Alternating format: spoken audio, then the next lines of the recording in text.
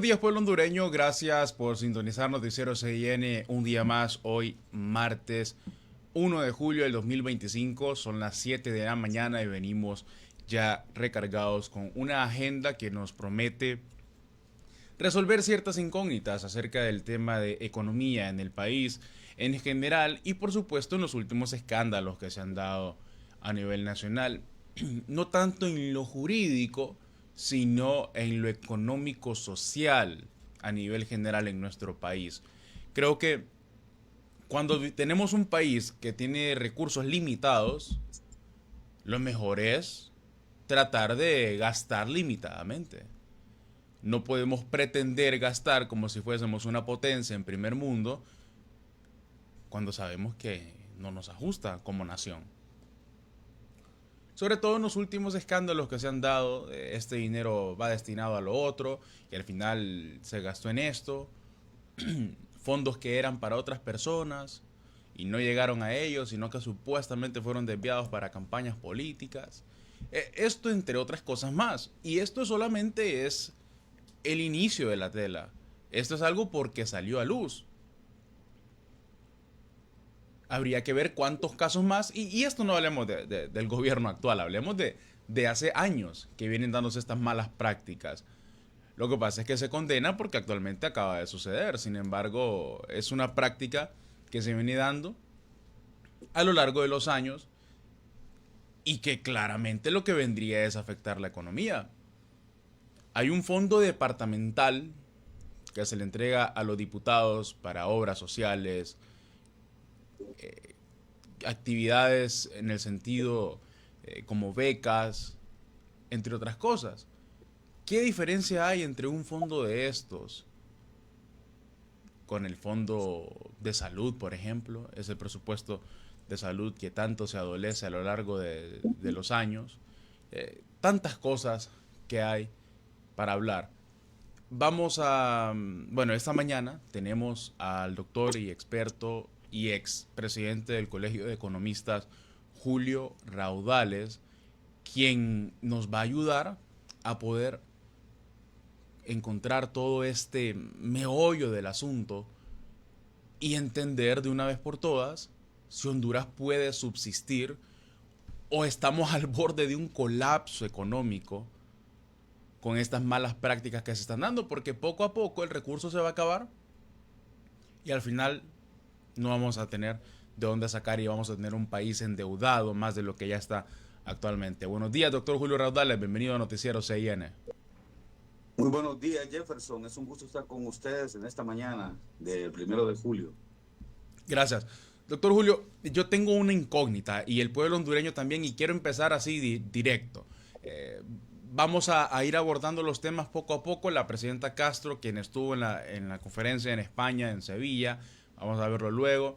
Vamos a ver cifras, datos, números que son espeluznantes y que yo creo que esto al final va a llegar a un punto que va a colapsar. Es como el caso Corium, por ejemplo, que la gente empezó a meter su dinero, al final llegó un punto que colapsó porque no generaba ganancias reales.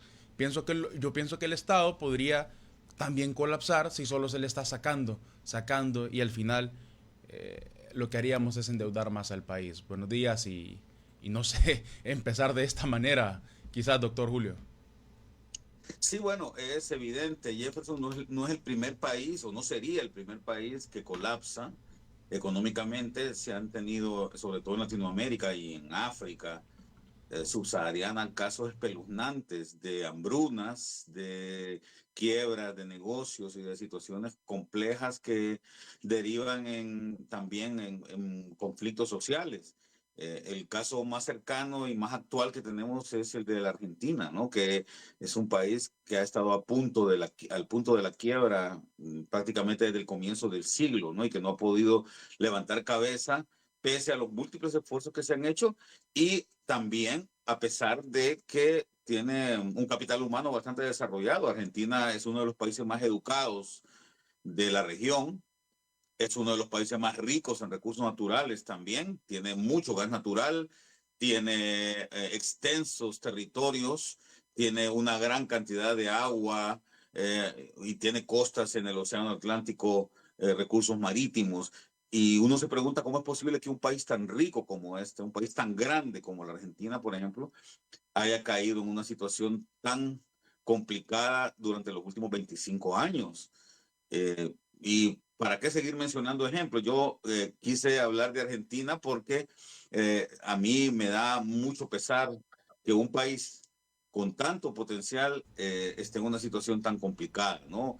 Afortunadamente parece que ahora están recuperando algo de lo mucho que han perdido, pero es evidente que si un país como ese, repito, que tiene una de las poblaciones más educadas del continente, que tiene un nivel de salud relativamente bueno y que tiene tantos recursos, tanta infraestructura, esté a punto de colapsar o haya estado a punto de colapsar. Entonces, si eso es con Argentina, si eso sucedió también en Bolivia en los años 80, en Perú en los años 80, si sucedió también en Nicaragua, en Haití, sucede permanentemente, Honduras, pues podría también caer en una situación de esta que afortunadamente nunca hemos vivido, pero que no estamos exentos, repito, Jefferson, de vivir si es que no le ponemos un poco más de cuidado a nuestra situación de gobernanza.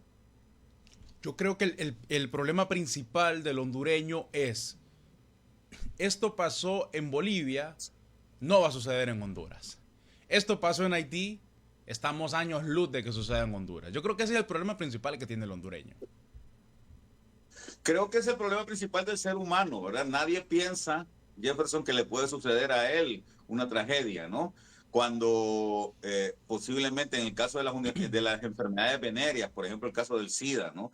Había mucha gente que no se cuidaba y que decía, esto le pasó a otros y no me puede pasar a mí, ¿no? Entonces, ese es, me parece, algo muy inherente a la naturaleza del ser humano, pensar que lo malo no le puede suceder. Hace poco, uno de los científicos más importantes del mundo, ganador del Premio Nobel de Economía, aunque no es economista, se llama Daniel Kahneman, escribió justamente un libro sobre este tema. ¿Por qué el ser humano, él es psicólogo, imagínate, y ganó el Premio Nobel de Economía? ¿Por qué el ser humano tiende a sobreestimar su optimismo o a sobreestimar su éxito? Todos, en general, dice Kahneman, la naturaleza del ser humano es pensar que le va a ir bien, y no está mal eso, ¿no? Pero si uno quiere que le vaya bien, tiene que trabajar para que le vaya bien. No solamente esperar que me va a ir bien y portarme mal. Entonces, probablemente muchas personas que consumen drogas, cuando comienzan a hacerlo, Jefferson, cuando comienzan a esnifar cocaína por primera vez, o cuando se fuman el primer pitido de marihuana, o cuando se fuman el primer cigarro de tabaco, o se toman el primer trago de alcohol, no piensan que van a caer en el alcoholismo. Yo creo que nadie piensa, todo el mundo dice yo lo puedo controlar. Entonces lo mismo sucede con los países también. No creemos que una catástrofe ocasionada por el mal manejo político o el mal manejo de las políticas económicas puede llegar a sucedernos a nosotros. Y es así como países que ya hemos citado en este programa, como Argentina, como Perú en los 80, como Venezuela en los últimos 20 años, han caído en situaciones calamitosas, ¿no? Hay una empresa en Argentina que se llama George Carlos, algo así es el nombre, tiene más de 91 años de existir y está al borde de cerrar operaciones en este país. Suponemos claramente que algo anda mal, y es que algo anda mal, como lo menciona usted, y ese es el miedo, que en Honduras ya ha empezado esas pequeñas repercusiones como los cierres de maquilas, una cosa por aquí, una cosa por allá. Entonces creo que también hay que ponerle mucho cuidado a eso. Tenemos la portada de diario El Heraldo, donde en el titular mencionan lo que ocurrió con la diputada de Copán, la diputada Cuellar de Libre, que dice: escándalo de corrupción en Cedesol. Diputada Cuellar gestionó 21 proyectos para reparar casas con la misma cotización. Abuso. La vicepresidenta del Congreso Nacional, Isis Cuellar, una de las más favorecidas con fondos de la Secretaría de Desarrollo Social, hizo 21 solicitudes para reparar casas en el departamento de Copán con las mismas cotizaciones, a pesar de que eran en lugares distintos, reparaciones diferentes y diversas personas. Están los documentos aquí y preguntan qué hará el Ministerio Público, qué hará en el Congreso Nacional. Esto es delicado, gestionar 21 proyectos para reparar diferentes casas, diferentes familias, con una misma cotización. ¿Cómo no va a colapsar la economía hondureña, doctor Julio, con ese tipo de actitudes? Sí, a ver, pero hay que tener en cuenta, Jefferson, que esto no es nada nuevo, ¿no? Que esto además no es privativo del partido que esté en el poder. Esto es una costumbre heredada de los gobiernos anteriores durante ya más de 100 años, ¿verdad?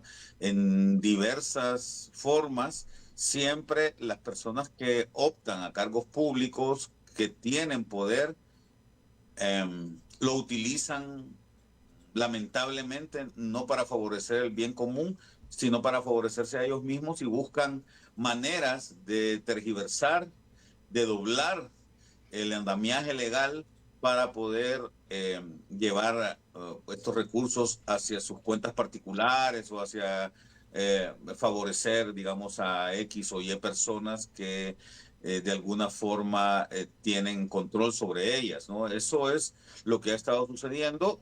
Repito, no es algo nuevo.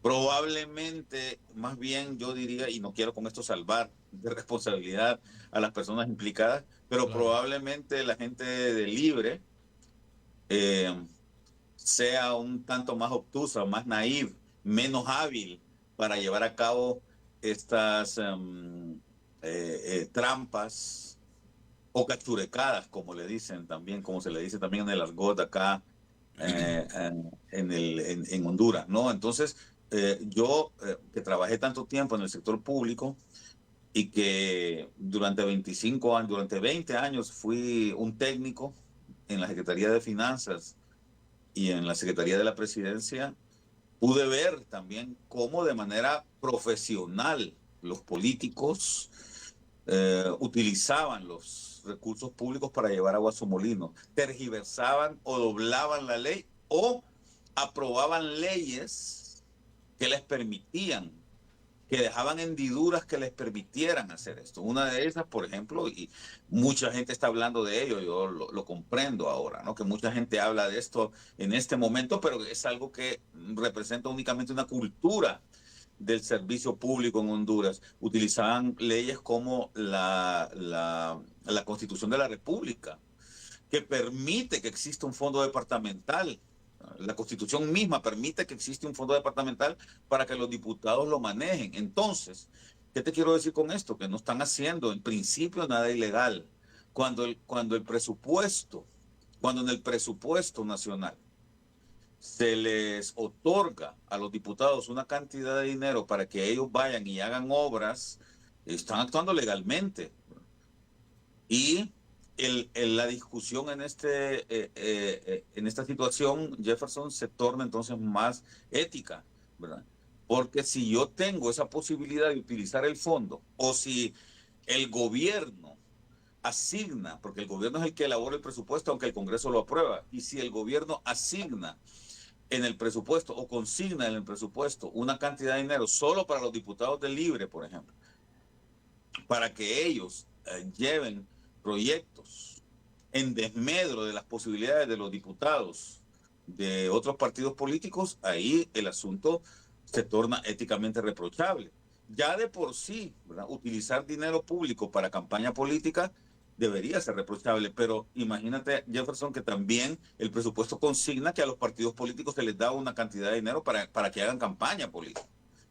Entonces, cuando en un país tenemos esta estatura ética en donde nos parece que está bien, porque si está en la ley es que nos parece que está bien. No todo lo legal está bien, pero en general cuando uno aprueba una ley es porque piensa que esa ley conduce a lo bueno, ¿verdad? Entonces, si en la ley, si en la Constitución de la República ya hay una disposición que le permite a los diputados hacer uso de dinero y sabemos que esto lo que abre es una puerta para que ese dinero lo utilicen para su campaña política, entonces eso evidentemente les da una ventaja frente a las personas que son candidatas a diputados también y que no tienen esa posibilidad de utilizar ese dinero. Entonces, acá la discusión es qué es lo que nosotros consideramos que es bueno y qué es malo, Jefferson, independientemente de la ley, porque ya te digo, es legal. Ahora, obviamente, ya los procedimientos como el que utiliza, o como el que supuestamente, mejor dicho, utiliza esta diputada Cuellar de utilizar una sola Cotización. cotización para poder reparar 21 casas, eso evidentemente está fuera de lo legal. Eso evidentemente está afectando ya el erario de manera negativa. Entonces, yo creo que hay que investigar estas cosas. Lamentablemente también vivimos en un país, Jefferson, en donde resulta que también no consideramos que esté malo que los partidos políticos sean los que elijan a los funcionarios de carácter constitucional. Nos parece que está bien que si el Partido Liberal es el que está en el poder, el presidente de la Corte Suprema de Justicia y la mayoría de los magistrados sean liberales. Eso es lo que la gente piensa, eso es lo que hemos determinado nosotros, a pesar de que no está en la ley, en teoría, y para que exista democracia republicana, de acuerdo a las buenas prácticas, el Poder Judicial debería ser independiente y los jueces, como en un partido de fútbol, deberían ser independientes. No es casual, Jefferson, que cuando juegan Honduras contra México, los árbitros no sean ni hondureños ni mexicanos. Claro.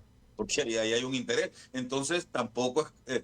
a ver, lo que se espera cuando se tienen buenas prácticas en competencia, ¿verdad? Es que el árbitro, el juez, sea independiente. Pues lo mismo sucede en política, ¿verdad? En las políticas públicas. Lo que se esperaría es que el Poder Judicial tuviera jueces que no dependen de los partidos políticos, que no fueron impuestos en arreglos o conciliábulos de carácter político. Todo el mundo tiene derecho a tener un partido, ¿verdad? Evidentemente. No hay ningún problema si el juez es de filiación liberal o si es de filiación nacionalista o es de filiación de Libre o de cualquier otro partido.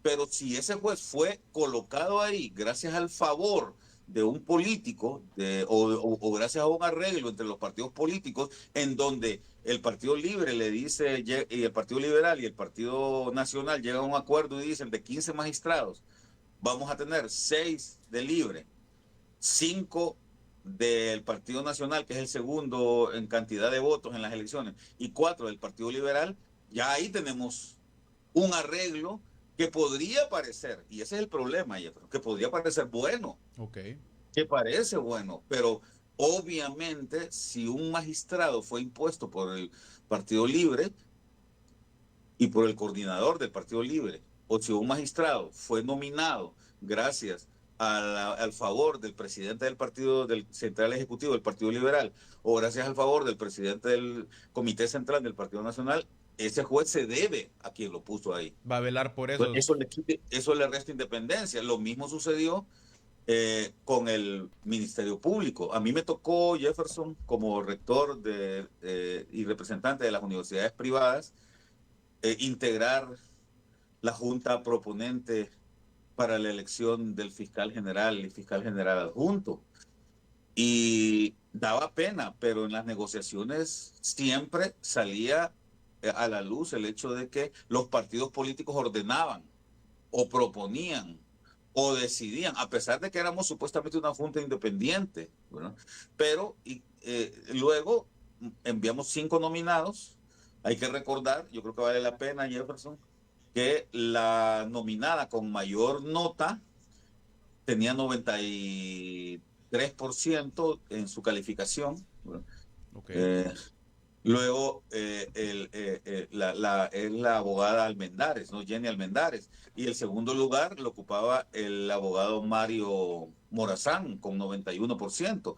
Y todos los demás andaban debajo del 90%. Y resulta que enviamos la lista de 5 propuestos y el que sacó la nota más baja fue elegido fiscal entre los 5 propuestos. El que sacó la nota entre los 5 propuestos fue el que fue elegido fiscal por arreglo político. Entonces, mientras estamos creyendo Está bien que sea así, está bien que los partidos políticos se pongan de acuerdo para nominar. Entonces, no vamos a tener una justicia independiente, no vamos a tener una investigación del crimen independiente. Evidentemente, si las autoridades del Partido Libre o las autoridades actuales del gobierno, que son la misma cosa casi, investigar puede generar problemas a su partido o a su gobierno, evidentemente no va a ser. Entonces, no podemos esperar que haya una buena investigación en este caso porque tenemos poderes públicos sujetos a la voluntad de quienes controlan el poder político. Y eso definitivamente nos afecta en nuestras posibilidades de mejorar. Sí, todo esto al final se termina resumiendo en los arreglos políticos que puedan hacer entre los partidos, qué me conviene a mí, qué te conviene a vos, qué nos conviene a todos, y al final queda por fuera qué le conviene a la población hondureña. 950 millones de lempiras. ¿Qué representa en proporción nacional una cifra como esta? O sea, para mí, o sea, como persona natural, yo escucho 950 millones de lempiras, es un escándalo. Pero no sé en proporción como país qué representa esta cifra. Bueno, representa, para poner solo un caso, Jefferson, la imposibilidad de que por lo menos unas, eh, unas 1.000 escuelas funcionen de manera adecuada en el país. En Honduras tenemos 21.000 centros escolares, de los cuales al menos la mitad son unidocentes o bidocentes, ¿verdad? Y eso es escandaloso, ¿verdad? Que nuestros niños en el siglo del conocimiento, en la época de la inteligencia artificial, nuestros niños pequeños, los infantes, los pequeñuelos de 7 a 12 años, tengan que pasar sus 6 años de educación básica, primeros años de educación básica, con un solo profesor para todos los grados, para Sí, todos los grados.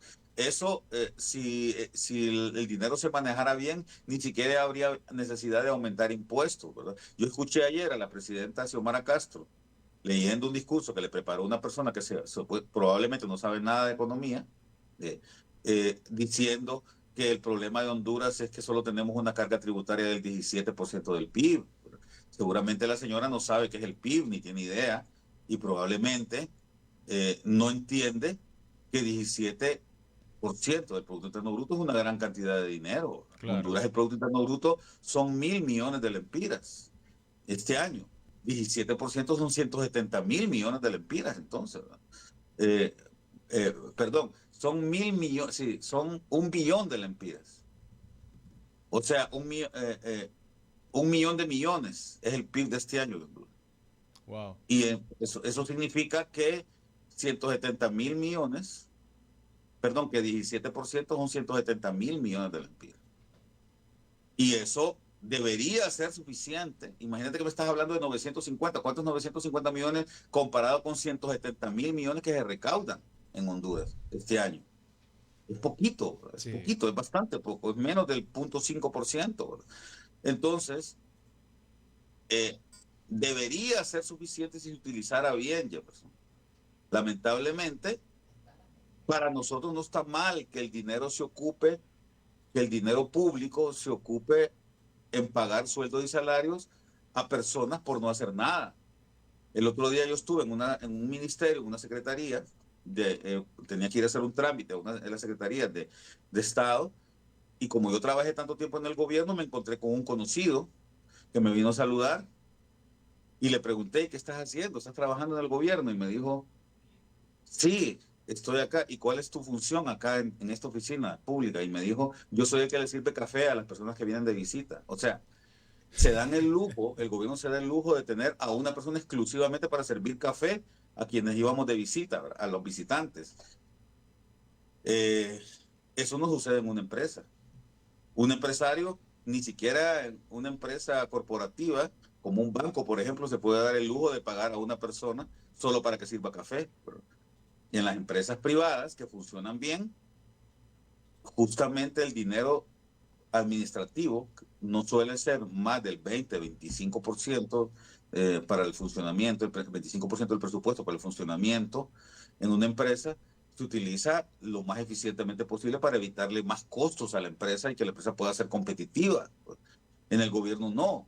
De esos 170.000 millones que va a recaudar Honduras este año, Jefferson, ¿verdad?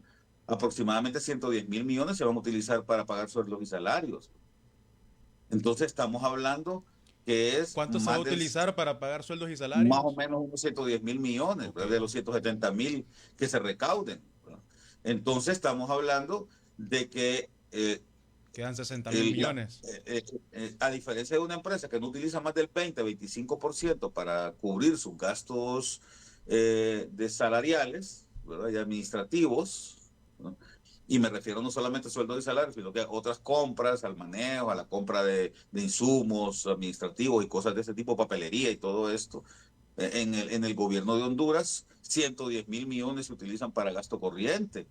Entonces, ¿qué nos queda para financiar escuelas, 60 para mil. financiar hospitales, para financiar buenas carreteras? No nos queda nada. Entonces, eh, por eso es que yo considero que mientras no exista una conciencia más adecuada de cómo debe funcionar un gobierno eficiente, aunque vaya Superman a la presidencia de la República, no va a poder lograr hacer los cambios necesarios, ¿verdad? Yo escucho, por ejemplo, al ingeniero Salvador Narral hablando de que va a hacer esto, de que va a hacer el otro. En este sistema es imposible, no hay manera. Aunque venga Superman, aunque venga la Virgen María a administrar el país, no va a poder mientras el tinglado institucional esté diseñado de la forma que está diseñado, porque está diseñado para perder. Imaginémonos que llegue un súper buen presidente. No voy a mencionar a ninguno de los actuales candidatos, Ok. pero que llegue una persona como Ronald Reagan, vaya, ¿verdad? O como cualquiera de estos presidentes buenos que tuvo los Estados Unidos en los años anteriores. No va a servir porque tendría que despedir, para poder ser funcional, tendría que despedir a la mitad de los empleados públicos. Y te podés imaginar el problema social que se generaría si despidieran a la mitad de los empleados públicos. Para que el gobierno funcione bien y pueda liberarse dinero para mejorar las carreteras, para mejorar los hospitales, abastecerlos de medicamentos, para mejorar las escuelas. Para que eso suceda, tendría que despedirse a la mitad del personal y ahorrarnos ese dinero y utilizarlo para esas cosas. Pero si yo despido, en el gobierno trabajan aproximadamente unas 80.000 personas, si yo despido 40.000 personas, se me viene el mundo encima, no hay Claro. manera. Y, Entonces, ujú. yo pienso, por eso es que, aunque a mí me han ofrecido volver al gobierno, algunos de los candidatos, e incluso en este gobierno, a comienzos del gobierno se me ofreció integrarme al gobierno, yo les digo, no, es que no hay manera de arreglar esto. Esto es como que me hubieran ofrecido ser el capitán del Titanic después de que chocó con el iceberg, ¿verdad? No había manera de arreglarlo. Entonces, ¿para qué voy a aceptar un cargo así, ¿verdad? Entonces, yo se los digo y se ríen conmigo. Les digo, no entiendo por qué se pelean tanto para ser el capitán del Titanic, ¿verdad? Si el barco se va a hundir, ¿verdad? Así como está diseñado, se va a hundir. No hay alternativa. No hay forma de salvar al país si sigue diseñado de esta manera. Pero el problema es que parece que a nosotros los hondureños nos gusta que el país esté así. Nos gusta que los partidos políticos tengan esa posibilidad de designar quién es el presidente de la Corte Suprema, quién es el presidente del Congreso, quién es el del cómo se va a repartir el Tribunal Superior de Cuentas, cómo se va a repartir el Consejo Nacional Electoral. Parece que estamos muy de acuerdo con que las cosas funcionen así. Estamos muy acomodados con las cosas como... Y si pretendemos que haya cambio, esos cambios no van a suceder de esta manera, siguiendo este camino. Ese es el problema de Honduras. Es un problema que Está, en la voz de expertos mundiales como Daron Acemoglu o James Robinson, que escribieron ese libro maravilloso que se llama ¿Por qué fracasan los países?, que yo se los recomiendo a todos nuestros televidentes. Es un libro ya más o menos antiguo, es del 2010, ya tiene 16 años, es el libro casi, no debe haber sido escrito, pero creo que es el mejor libro que se ha escrito sobre políticas públicas o sobre economía en este siglo, ¿verdad? Yo te los recomiendo porque ellos hacen una buena radiografía de por qué los países fracasan. Y cuando uno ve eso, se da cuenta de por qué Honduras es un país fracasado. Eh, no hay manera si no arreglamos el diseño institucional de nuestro país. Es un problema de instituciones. El país nuestro es un problema, los problemas que tiene es un problema de instituciones. Y cuando digo instituciones no me refiero a las organizaciones, no me refiero al Poder Judicial, no me refiero al Congreso, no me refiero al Ejecutivo, ni a los ministerios, ni a la Universidad Autónoma, no. Las instituciones, Jefferson, son la forma de hacer las cosas. Son los caminos, la manera en que yo hago las cosas. Entonces, una institución es una ley, por ejemplo. Y Así si es. la ley, la Constitución de la República dice que está bien que a los diputados se les otorguen fondos para que trabajen en su departamento, ese es un problema institucional, es un problema de diseño. Entonces, porque está bien que se haga así para nosotros los hondureños. Y si está bien, entonces no vamos a cambiar. Entonces, mientras en nuestra mente, en nuestros corazones, no lleguemos a la conclusión de que estamos haciendo las cosas mal, de que entregarle dinero a un diputado para que haga proyectos en su departamento y con esto pueda quedar bien con sus electores, está mal, mientras pensemos que ser competitivo, tener una buena idea y buscar ganar dinero con esa buena idea está mal, porque una persona no puede ser rica porque según la gente o según muchas personas, los ricos son ricos porque le quitaron a los pobres. Mientras sigamos pensando así, no vamos a salir de su desarrollo. No vamos a salir de su desarrollo. Entonces, este es un debate antiguo, ¿verdad? Muy antiguo. A finales del siglo XV, en el año 1680 y pico, un señor noble francés que se llamaba Michel de Montaigne escribió un ensayo en donde decía esto. Decía que cualquier persona que se hace rica es a costa de que alguien se haga pobre. De que no hay manera de hacerse rico si no es haciendo pobre a los demás. Y de ahí vino otro señor, francés también, ¿verdad? En el siglo XVII, XVIII, en 1700 y tanto, que se llama Rousseau, ¿verdad? Que sacó estas ideas de Michel de Montaigne y dijo que él tenía razón, ¿verdad? Que lo que hay que hacer es tratar de que todos seamos iguales, ¿verdad?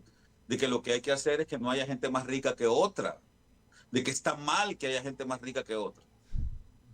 Y luego entonces las ideas de Rousseau las tomó otro señor que se llamó Carlos Marx Sí. en el siglo XIX y él creó, inventó una forma estructurada de comunismo, ¿no?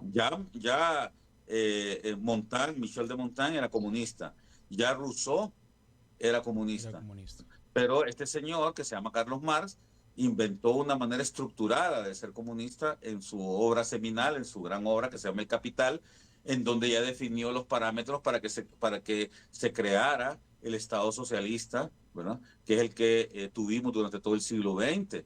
Entonces, para mucha gente estaba bien esto. Para mucha gente en Honduras está muy bien que no haya ricos. Y yo digo, está bien. Yo digo, está perfecto que haya ricos, ¿no? Y que siempre y cuando esta riqueza se haya sido creada, no hay instancias del Estado, no hay instancias de robarle a otros, sino con puras buenas ideas y con trabajo duro. Pero hay mucha gente que no piensa eso. De hecho, hay una candidata presidencial actualmente que piensa que no, que es malo ser rico, ¿no? Y que lo mismo que Michel de Montaigne y que Rousseau, ¿no? Y que Carlos Marx, lo que hay que hacer es igualarnos a todos, ¿no? Esa candidata de llegar al poder, y lo que usted menciona, que hay una candidata que dice que es malo ser rico, de llegar al poder sería un peligro para la empresa privada y para los empleos del país.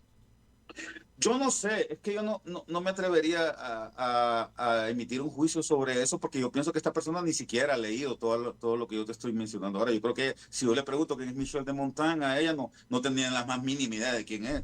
O si le pregunto quién es Rousseau, o qué hizo Rousseau, o qué escribió Rousseau y cuál es la diferencia entre, por ejemplo, Rousseau y John Locke, ¿verdad? si estamos hablando del iluminismo o de la ilustración del siglo XVIII, no tiene ni la más mínima idea, ¿verdad? Entonces, creo que es como mi chofer, es como el chofer de mi papá, que piensa que es malo ser rico porque él no es rico, ¿verdad? No porque tenga una idea estructurada de lo que es el comunismo, ¿verdad? Claro. Entonces,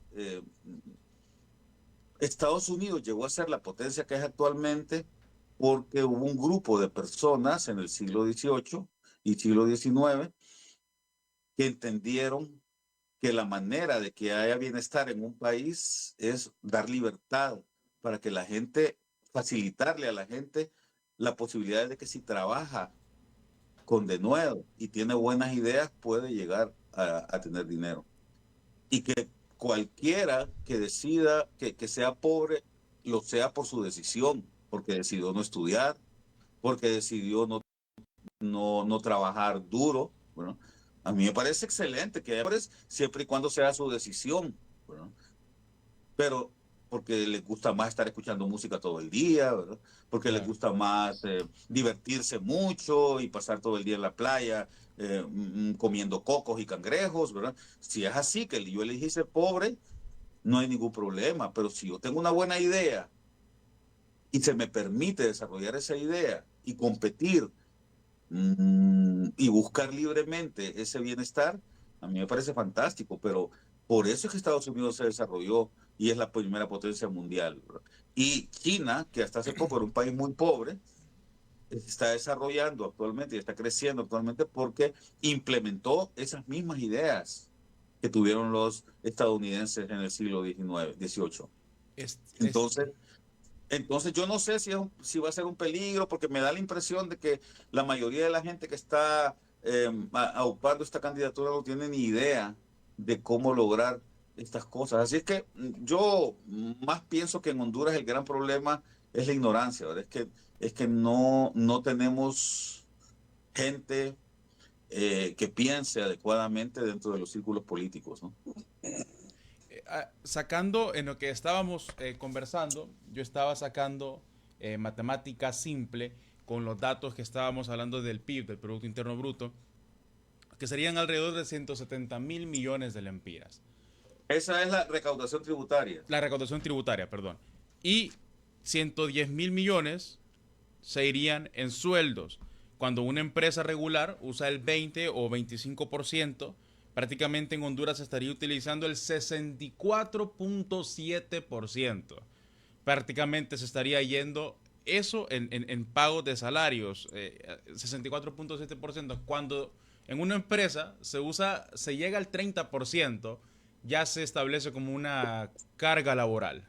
No digamos llegar al doble de lo que se establece como carga laboral. A la larga sería insostenible. Es que es insostenible, por eso es que yo pienso que Honduras es un país que no tiene remedio, Wow. porque mientras no cambiemos esto, va a ser muy difícil. Entonces, yo no dudo de las intenciones que tiene Mario Rivera, Chano Rivera, de las buenas intenciones que tiene don Nelson Ávila, de las buenas intenciones que tiene don Tito Asfura, ¿verdad? O don Salvador Narrala, e incluso no eh, dudo de las buenas intenciones que puede tener la señora Rixi Moncada. Yo no dudo que ellas tengan buenas intenciones. Creo que ellas, en el fondo, sí quisieran que el país mejorara, pero es que se trata de ser práctico, de ser pragmático y de entender cuál es la solución de los problemas adecuadamente y de entender, repito, que el problema en Honduras es un problema moral, es un problema ético, ¿verdad? De qué es lo bueno para nosotros. Y todo el mundo, el gran problema, Jefferson, es que todo el mundo piensa que está mal utilizar los dineros públicos para campaña política, pero mientras estás en la oposición, pensás que eso está mal. Pero cuando llegas al gobierno, pensás que ya está bien. Bueno, en el fondo, entonces, pensás que bueno es. Está mal que lo hagan otros, pero no está mal en el fondo si me toca a mí la posibilidad. Entonces, ahí es donde está el problema. Yo eh, tengo un colega que está ahora en las altas esferas del gobierno al que aprecio muchísimo, ahora que es Hugo Noé Pino, pero me da mucho pesar porque juntos trabajábamos en una plataforma desde el 2014 que yo salí del gobierno hasta el año 2022, yo lo acompañé en una plataforma que él lideraba, que se llamaba Grupo Promotor de un Diálogo Fiscal, en donde escribíamos documentos con otros amigos y amigas, economistas, escribíamos documentos sobre cómo debería de ser el manejo público, ¿verdad? Y hablábamos de la problemática que se genera cuando los fondos públicos son utilizados para campaña política y cosas de ese tipo. Y ahora resulta que para él, ahora él tiene la posibilidad, si está bien, ¿verdad? Entonces yo prefiero, Jefferson, no meterme a política porque no quiero hacer el ridículo como lo está haciendo mi amigo Hugo Noé, ¿verdad? ¿Cómo ha cambiado Hugo Noé Pino entonces? No ha cambiado, no ha cambiado. Por eso te digo, yo por eso mejor no me meto, porque no quiero descubrir que para mí también va a estar bien utilizar los recursos públicos. No quiero llegar a esa amarga discusión, a esa amarga conclusión, porque sería terrible. Yo creo que, como decía John Lennon, como le decía John Lennon a Paul McCartney cuando estaban peleados después de que se separaron los Beatles, escribió una canción que se llamaba How Do You Sleep, ¿verdad? ¿Cómo puedes dormir? Entonces, yo no sé cómo puede dormir Hugo Noé, ¿verdad? En este momento, cuando se contradijo tan acremente, ¿verdad? Y ahora Es que, que menciona este nombre, eh, muchos de los diputados, incluyéndolo a él, a Hugo Noé Pino, han mencionado que los fondos se utilizan para becas. Todos los diputados mencionan esto, pero ¿hay una manera o hay alguna manera de comprobar o regularlo? es que más allá de eso, Jefferson, y eso es mi punto, yo no sé si es probable que el dinero lo utilicen para becas. Es probable que muchos jovencitos se estén beneficiando con las becas que ellos están dando. Yo eso no lo voy a condenar. El problema es moral, repito, el problema es que ellos, siendo diputados, que están compitiendo en este momento, están utilizando recursos públicos para lograr reelegirse a, en perjuicio de personas, de otros candidatos a diputados que no tienen poder ahorita, que no tienen acceso a esos recursos y que no pueden darle becas a jovencitos para que voten por ellos, para que Claro. los papás voten por ellos, ¿te das cuenta? Entonces es un problema moral. Puede ser que estén utilizando el dinero, pero aún yo no voy a dudar de la honestidad de Hugo, porque lo conozco y es mi amigo. Y no voy a dudar, no voy a decir que se está robando el dinero. Ese no es el punto. El punto es que está utilizando el dinero público para quedar bien con sus votantes y que lo reelijan nuevamente. Y ese es un tema ético, es un tema moral, es un tema en donde él está sacando ventaja frente a sus competidores por ese curul para que lo vuelvan a elegir. Es lo que mencionaba Ese es usted. el punto. Y yo percibo, y perdóname la honestidad, percibo que para vos también está bien. O sea, mientras Hugo utiliza el dinero para becas y mientras no se le compruebe que está siendo deshonesto y que se está embolsando el dinero, está bien. Me parece que para los hondureños en general está bien eso. Entonces, esa es la raíz de nuestra desgracia. Y ahí volvemos a lo que dijo al inicio, que solo porque algo sea legal no significa que esté bien. Es correcto, ese es mi punto. Porque todo lo que es legal significa que hemos llegado a la conclusión de que está bien para los hondureños. A ver, cuando uno estudia la teoría general del derecho, yo estudié eso, yo llevé una clase en la universidad que se llamaba Introducción al Estudio del Derecho en realidad, pero es teoría general del derecho, ¿verdad? Uno aprende que hay distintos tipos de normas sociales. Entonces, las normas morales, las normas convencionales y las normas jurídicas. Entonces, le llevaban a uno a esa reflexión. Decía, bueno, las normas morales no son obligatorias, las normas jurídicas sí son obligatorias. Las normas convencionales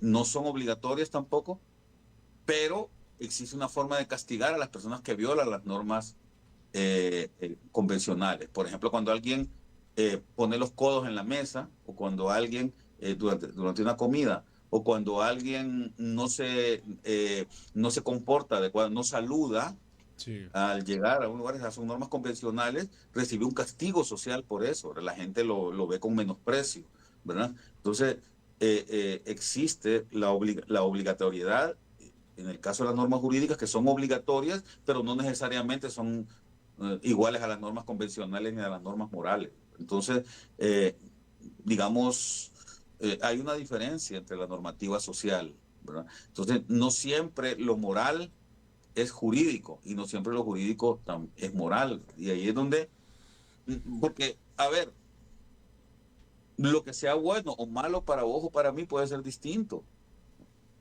Y por eso cuando se instala, y esto se llama ética, ¿verdad? Cuando se instala la idea de que algo es bueno en una sociedad, entonces no hay manera de combatirlo. Y eso se lleva a los juicios jurídicos, ¿verdad?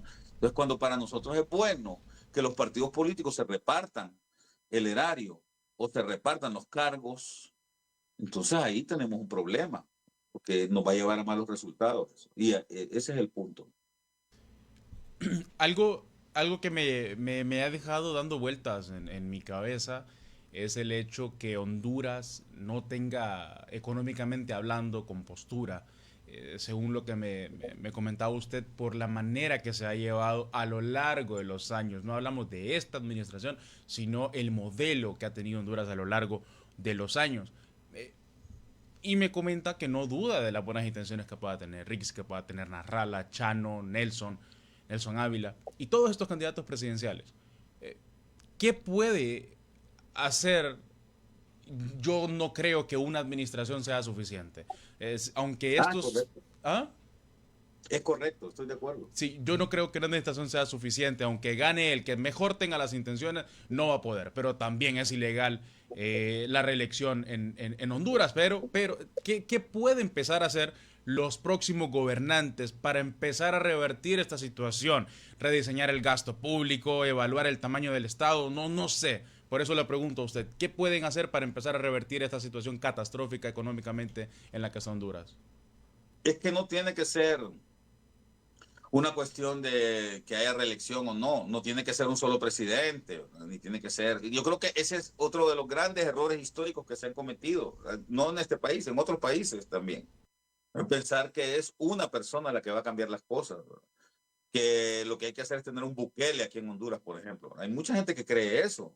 Y ahí estriba un poquito también nuestra miseria moral. Pensar que tiene que venir un Mesías como Bukele, como Milei en Argentina, ¿verdad? Que se creen dioses ellos y que creen que solo ellos. Pues no se trata de eso. Repito, se trata de ir instalando en la cultura, en el ethos de la gente, la idea de qué es lo bueno y qué es lo que nos sirve para crecer como sociedad. Entonces, eso obviamente no se hace en 4 años. Sí, yo recuerdo que cuando yo recién vine a estudiar del extranjero en 1999, el presidente de entonces, el señor Carlos Flores, hablaba de generar un programa educativo, le llamaban Escuela Morazani, que en ese tiempo, ¿no? eh, que permitiera que los muchachos de la nueva generación pudieran tener otra visión del mundo. Yo tenía en ese tiempo, no estaba tan joven, yo en ese tiempo tenía mucho más edad de la que vos tenés ahora, tenía 36 años en el año 2000. ¿No? Sí. Y parece que fue ayer, a mí me parece que fue ayer. ¿No? Ahora tengo 60 años y me parece que fue ayer cuando Carlos Flores decía eso y sin embargo no hicimos nada para cambiar, no hicimos nada. Hemos venido queriendo reconstruir el país cada 4 años y está muy claro que las cosas no funcionan así. Bueno, entonces, si de verdad como sociedad nos propusiéramos cambiar, podríamos hacerlo. En 20 años podríamos hacerlo. Hay países que lo han logrado. Hay países que hace 30 años eran casi tan pobres como Honduras y ahora están bien, ¿verdad? Pero no es porque un hombre tuvieron un Mesías que les ayudó, ¿verdad? Generalmente esas cosas no funcionan. Yo no recuerdo, y he estudiado un poco de historia, y no recuerdo que haya habido un país que haya salido del subdesarrollo porque un hombre lo salvó, ¿verdad? Como Bukele, ¿verdad? Más bien lo que sucede cuando vienen este tipo de mesías como Bukele, como Milei, que se creen que son los dioses, terminan en grandes tiranías, ¿verdad? Como como Hitler, como Trujillo en, Franco. en, en República Dominicana, como Franco en España. Entonces, no es con grandes hombres que se logran, obviamente, siempre es bueno que haya líderes importantes, el liderazgo en un país es importante, pero no es lo crucial. Lo crucial es que exista de verdad, que se vaya desarrollando en el país una conciencia clara de cómo deben cambiar las cosas. Y es así como se forjan los grandes procesos de desarrollo. Es un trabajo histórico prácticamente el que se tendría que haber hecho como la potencia de Estados Unidos, que es un modelo económico que viene siendo similar desde hace un tiempo atrás y por eso hoy están donde están o son la nación que son, por decirlo así. Aunque nunca se está a salvo, ¿eh? Porque ya ves, Estados Unidos está empezando a caer en un declive que probablemente lo lleve al fracaso también si sigue así. Entonces, yo no digo que Honduras no va a cambiar, ojalá que cambie, ¿verdad?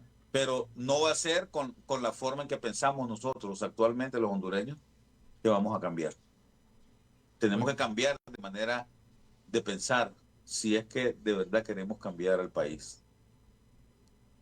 muy bien. Eh, Hay tantas cosas que si que la abordamos en una sola hora y no nos van a bastar para poder darle una solución. Pero sí me gustaría que podamos hablar antes de irnos, tenemos unos minutos todavía, acerca de la transparencia. No sé si la falta de transparencia sea más que todo un problema de corrupción o también sea un problema económico en el país. Yo creo que es un problema de que la élite gobernante, y además es muy natural, ¿no?, que suceda, que los gobernantes no piensen que no tienen por qué darle cuentas, rendirle cuentas a nadie, ¿verdad? También tiene que ver un poco con la ética, tiene que ver un poco con nuestra forma de pensar. Eh, porque si nosotros creemos que no tenemos que rendirle cuentas a nadie, porque somos los que mandamos, ¿no? Y entonces a cuenta de que va a venir un don nadie, ¿verdad?, que no manda, eh, eh, a pedirme cuentas, ¿no? Entonces, en el fondo es porque no entendemos, no logramos entender que como funcionarios públicos, que los funcionarios públicos son los depositarios de un poder y ellos son los mandados, no son los que mandan, son los mandados. El mandato lo ejerce o lo debería ejercer la ciudadanía. Entonces, mientras eso no cambie, tampoco va a haber transparencia, porque cuando yo tengo poder, me siento tan poderoso, valga la redundancia, que creo que nadie tiene por qué venir a decirme qué es lo que tengo que hacer. Entonces, o a pedirme cuentas, ¿verdad?, como si el dinero fuera mío, ¿verdad? Y lo que yo estoy haciendo, si soy funcionario público, es administrando un recurso que no es mío, que es más bien de las personas que me dieron el mandato de administrárselos. Entonces, si no entendemos ese concepto de mayordomía, ¿verdad?, que un ministro, que el presidente de la República es un mayordomo de los recursos que no son suyos, ¿verdad?, entonces ese tema de la falta de transparencia no se va a entender. Y lo que va a suceder es lo que vemos ahora, Jefferson, ¿verdad?, que en los medios de comunicación, si son contrarios al gobierno, ¿verdad?, porque los medios de comunicación también toman partido, ¿verdad? Entonces, los medios de comunicación que son contrarios al gobierno acusan al actual gobierno de malversación de los recursos públicos, pero los que defienden al gobierno eh, tratan de encubrirlo, ¿no? Eh, entonces, por eso que vemos también que muchos de quienes ahora están acusando a las actuales autoridades de ladrones, de falta de transparencia, de corruptos, eran personas que hace 5 años estaban calladas frente a los desmanes que hacía Juan Orlando Hernández, por ejemplo. No decían nada. Y en el fondo no decían nada en aquel momento y acusan ahora porque lo que quieren es volver ellos al poder para hacer las mismas cosas que están haciendo esto, ¿no? A mí no me queda más remedio que pensar eso. Entonces, mientras no entendamos, como dice Joan Manuel Serrat en una de sus canciones, quién es el que manda ¿Y quién es el mandado? Bueno, entonces va a ser difícil que cambiemos también en ese tema de la transparencia, ¿no? Sí.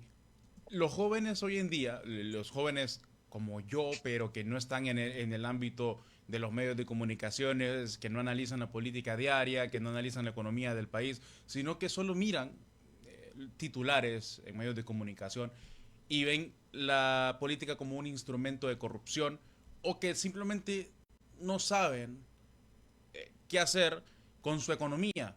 El país está fregado, dicen, y yo estoy fregado, ¿qué hago?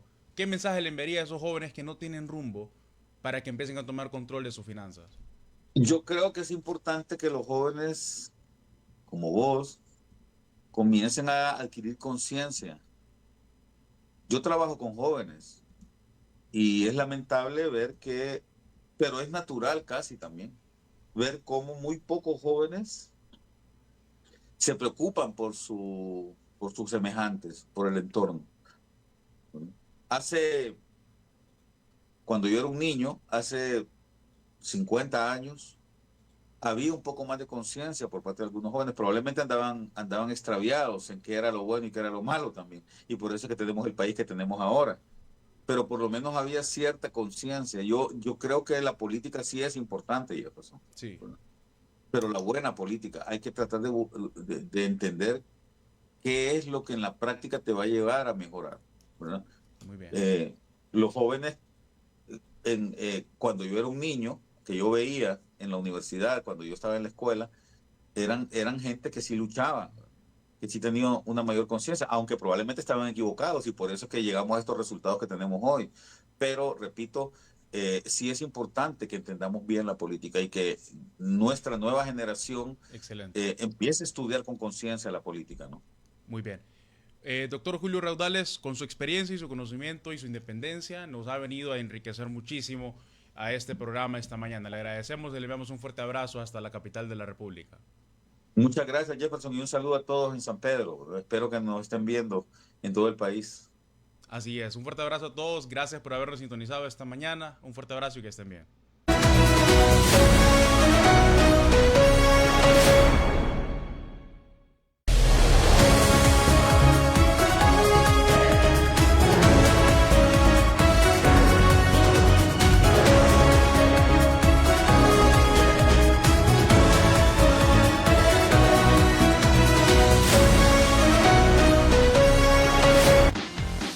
En Campus Televisión, formamos a los futuros rostros de la televisión nacional. Para ver nuestro contenido, descarga la app de Campus Televisión y síguenos en nuestras redes sociales.